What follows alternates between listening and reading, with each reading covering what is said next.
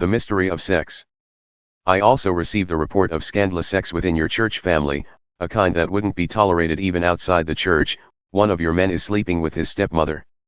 And you're so above it all that it doesn't even faze you. Shouldn't this break your hearts?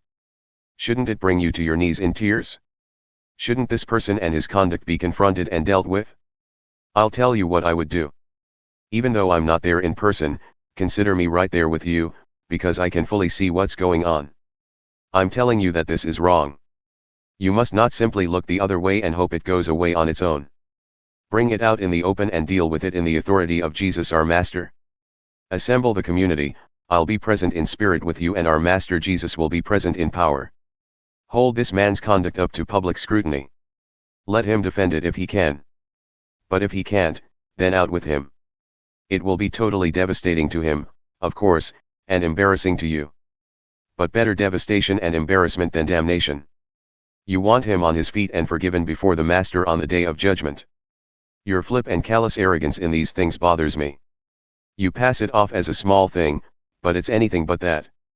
Yeast, too, is a small thing, but it works its way through a whole batch of bread dough pretty fast. So get rid of this yeast. Our true identity is flat and plain, not puffed up with the wrong kind of ingredient. The Messiah, our Passover Lamb, has already been sacrificed for the Passover meal, and we are the unraised bread part of the feast. So let's live out our part in the feast, not as raised bread swollen with the yeast of evil, but as flat bread, simple, genuine, unpretentious. I wrote you in my earlier letter that you shouldn't make yourselves at home among the sexually promiscuous. I didn't mean that you should have nothing at all to do with outsiders of that sort. Or with criminals, whether blue, or white collar. Or with spiritual phonies, for that matter. You'd have to leave the world entirely to do that. But I am saying that you shouldn't act as if everything is just fine when a friend who claims to be a Christian is promiscuous or crooked, is flip with God or rude to friends, gets drunk or becomes greedy and predatory. You can't just go along with this, treating it as acceptable behavior.